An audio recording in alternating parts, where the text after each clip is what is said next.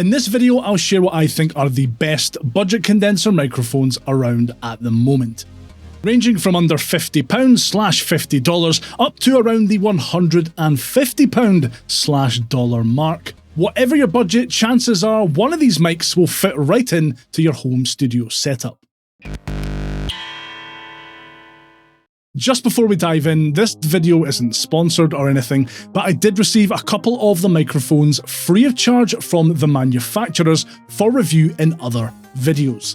So for the sake of transparency, I'll let you know on screen which microphones I didn't pay for out of my own pocket. Also, if you're looking for audio examples, you'll find them at the end of the video, where I'll have demo recordings for each mic back to back, making it easier for you to hear how each mic compares to the others on the list, and it'll be easier for you to jump back and forward between them. Right, let's get started then with the most affordable mic on this list.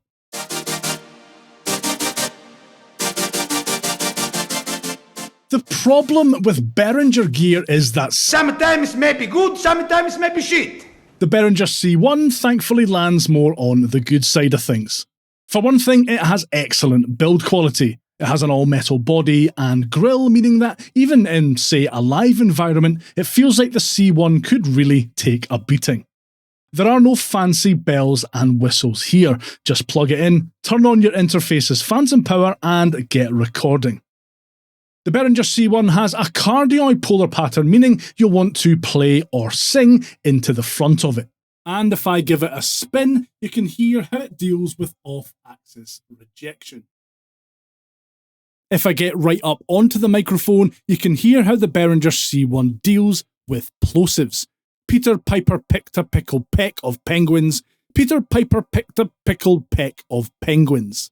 Peter Piper picked a pickled peck of penguins. Peter Piper picked a pickled peck of penguins. You will have to buy a pop shield separately. Out of the box, the Behringer C1 comes with a carry case and a boom stand connection. Cables, shock mount, and a pop filter will cost you extra. If you want a closer look at the microphone specs, they are on screen now. I'll also link to them down below the video. The overall sound quality from this microphone isn't actually half bad, as you'll find out later on in the video, and for a smidge under 50 quid, you could do a lot worse than the Behringer C1.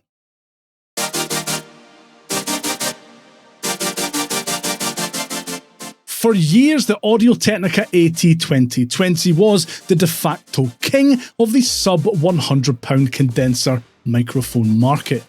The landscape has definitely changed a lot in recent years, but even so, the AT 2020 is still worth a look. There's a lovely mid-range warmth to the AT 2020 sound that really suits vocal recordings. Also, I find it really easy to find that sweet spot when miking up my acoustic guitar, and I find I can get a very balanced, true sound without the scratchy, jagged high end that you find in a lot of other budget microphones. The Audio-Technica AT 2020 is a fairly compact microphone that has been put together really well. Its body and grille are metal, and there is a good amount of weight to it.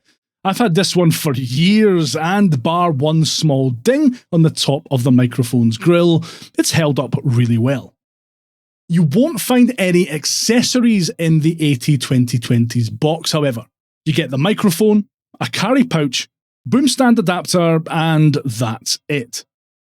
The microphone has a cardioid polar pattern, so you'll need to point any instruments or your face towards the front of it. And as I turn it round, you can hear how it deals with off-axis rejection. The AT 2020 doesn't do too bad a job with plosives, though you'll still probably want a pop shield. Peter Piper picked a pack of pickled penguins. Peter Piper picked a pickled peck of petunias. Peter Piper picked a pickled peck of petunias. Peter Piper picked a pickled peck of petunias. Specs for the Audio-Technica AT 2020 are on screen now. Pause if you want to have a wee nosy, or you can peruse them at your leisure at the link below. If you're after a solid workhorse microphone that can do a little bit of everything, then it might be worth taking a closer look at the Audio-Technica AT 2020. The Aston Element is weird, in a good way. Aston built this mic with the help from over 4,000 producers, engineers and musicians, who took part in, amongst other things, blind listening tests, where the Element was pitted against loads of other microphones. All of the data gleaned from those tests helped to create a properly unique and quite exciting budget microphone. Now, the price of this one may vary depending on where you buy it from. In the US, it seems to cost around $120 to $130, whereas in the UK, you can pick this up on sale for around £60 to £70. So make sure you do a bit of shopping around if you want to pick one of these up. It's nice and chunky though, perhaps a little bit lighter than you might expect. It comes bundled with a unique shock mount and a really cool magnetic pop filter, so you are getting quite a lot for your money here. Without a pop shield, here's how the Aston Element deals with plosives. Peter Piper picked a pickled peck of paragliders. Peter Piper picked a pickled peck of paragliders. Peter Piper picked a pickled peck of paragliders. Peter Piper picked a pickled peck of paragliders. This was a terrible idea.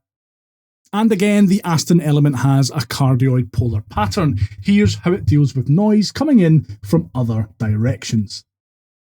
In studio use, the Aston Element definitely has its own character, with an emphasis on the mid-range that really works well when recording acoustic instruments. I do find that in a mix, I need to do quite a lot of post-processing to make vocals recorded with this thing sound top-notch though. Having said that, this is a great quality bundle, and if you're looking for something that sounds and looks a wee bit different, then definitely take a closer look at the Aston Element.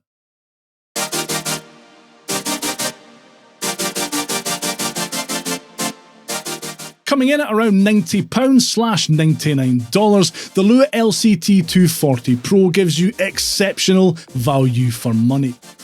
It comes bundled with a shock mount, windshield and carry case, pretty much everything you need to get set up and recording. When it comes to build quality though, this microphone is exceptional. Its fully metal construction and heft really make it feel a lot more premium than its price tag would suggest, and that carries over to the included accessories as well. Like the other microphones on this list, the Lewitt LCT 240 Pro has a cardioid polar pattern. Here's how it sounds when talking into it from different angles. Plosives are definitely troublesome. You'll want to keep that free windshield to hand just in case. Peter Piper picked a pack of pickled pineapples. Peter Piper picked a peck of pickled pineapples.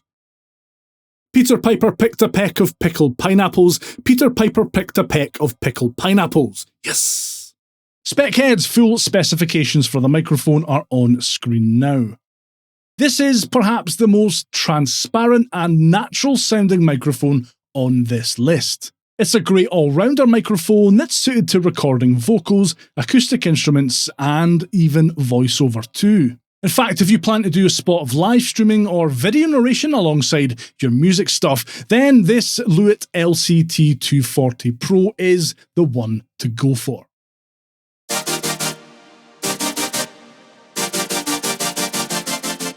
The newest microphone on this list, the RØDE NT1 Signature Series, will cost you around £130 or $150. For that price, will it blow your mind with all manner of high-tech features and adjustable sound profiles? No, but it does sound absolutely fantastic. The NT1 Signature Series comes bundled with a shock mount, XLR cable, windshield and soft carry case. And you'll definitely want to make use of that windshield when speaking or talking into the microphone, as with every other microphone in this list, it doesn't deal too well with plosives. Peter Piper picked a pickled peck of paragliding penguins. Peter Piper picked a pickled peck of paragliding penguins. Almost. Peter Piper picked a pickled peck of paragliding penguins. Peter Piper picked a pickled peck of paragliding penguins. Yeah!